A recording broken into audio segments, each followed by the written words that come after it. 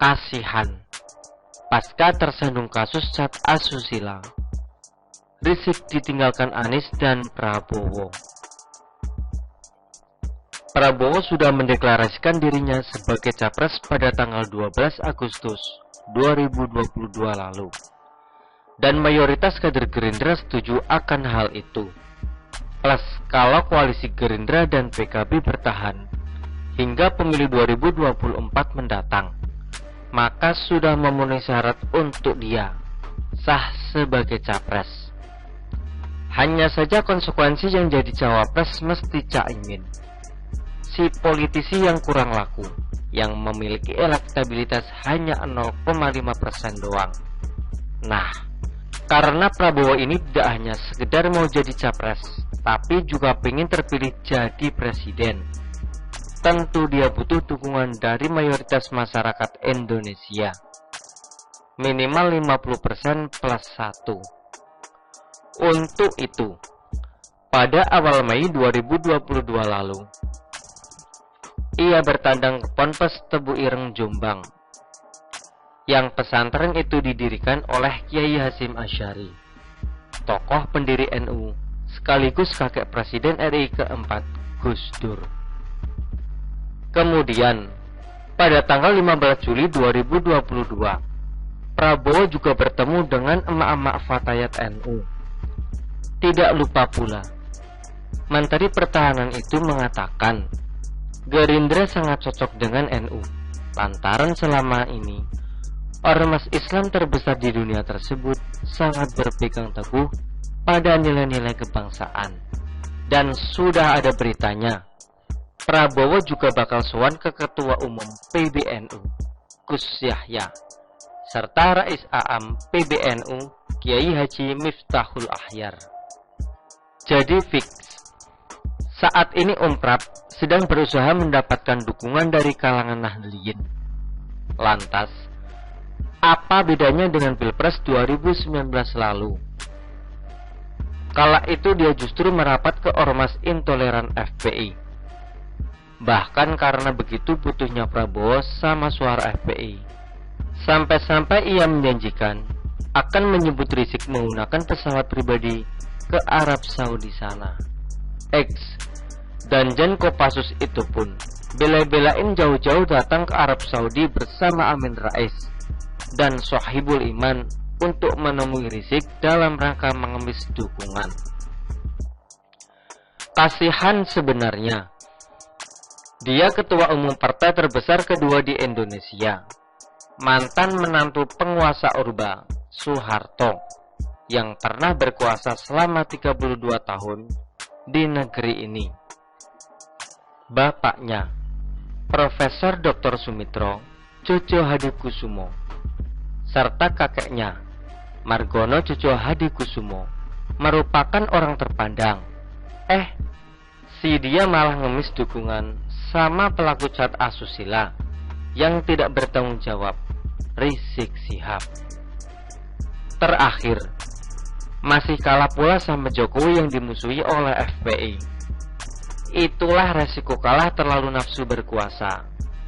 Akal sehat jadi berkurang, bahkan hilang sama sekali, yang ujung-ujungnya jadi malu sendiri.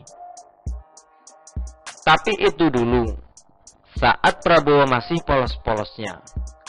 Sekarang ia sudah sadar betul bahwa nggak ada gunanya juga didukung oleh FPI. Yang ada didukung oleh FPI justru merugikan dirinya, karena ternyata lebih banyak orang yang nggak suka sama FPI daripada yang pro. Kini bisa dibilang Prabowo sudah meninggalkan Rizik dan FPI dengan ia menjadi Menhan. Padahal kita tahu sendiri bagaimana bencinya FPI sama Jokowi. Prab malah menjadi anak buahnya. Jelas, Prabowo jadi Menhan tersebut merupakan bentuk perlawanan terhadap Rizik. Dan bukti lain kalau Prabowo sudah meninggalkan Rizik adalah: pertama, ia tidak turut menyebut kepulangan Big Imam FPI tersebut dari Arab Saudi. Kedua, Prabowo tidak menghadiri pernikahan Putri Rizik dengan Najwa Shihab. Dan ketiga, Om Prap tidak menemui mantan Bang Jod. Om Prap tidak menemui mantan Bang Thoyib itu pasca keluar dari penjara. Pasca keluar dari penjara. Atau dengan kata lain, Prabowo tidak sudi lagi bertemu dengan ex-TTM Firza Hussein tersebut. Nah, karena tidak mendukung Prabowo lagi, inilah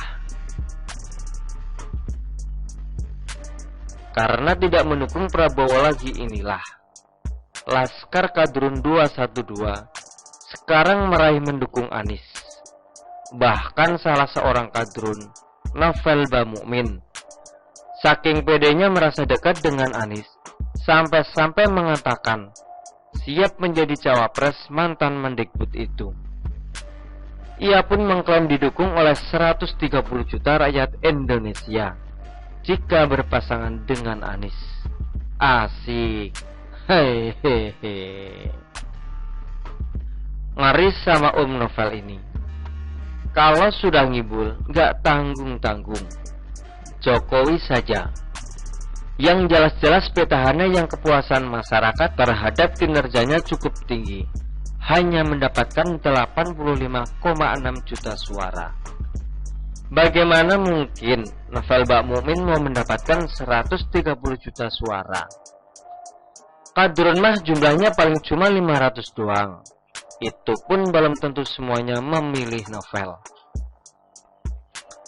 Karena semua orang sudah tahu bagaimana kualitas Wasekjen PA212 itu.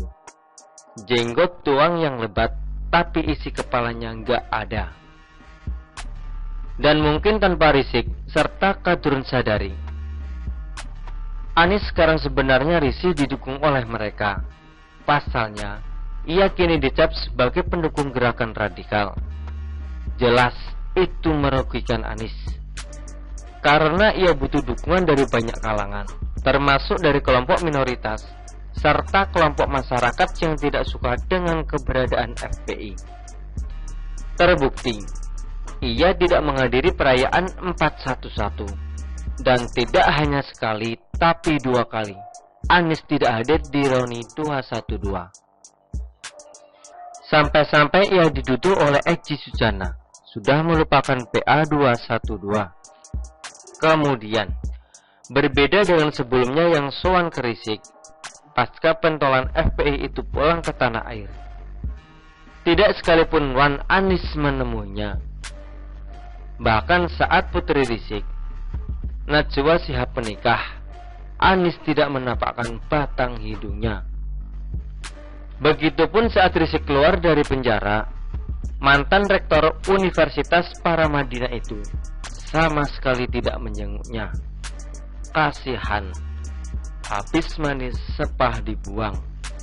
Hanya saja, kalau diperhatikan, baik Anies maupun Prabowo ada kesamaan kedudukannya meninggalkan Rizik, yakni sama-sama pasca pentolan FPI itu tersandung kasus cat asusila. Bisa jadi inilah alasan terkuat keduanya gak mau didukung oleh Rizik lagi. Bayangkan saja, sudah intoleran, keluar masuk penjara, merasa sebagai pemegang kunci surga, gak bertanggung jawab pula sama Firza. Kan gak ada akhlak itu namanya. Siapa coba yang mau didukung oleh orang seperti itu? Kenapa Rizik sekarang lebih banyak diam daripada ngebacot? Karena dia memang sudah gak ada guna lagi, baik bagi Anies, bagi Prabowo, maupun bagi nusa dan bangsa.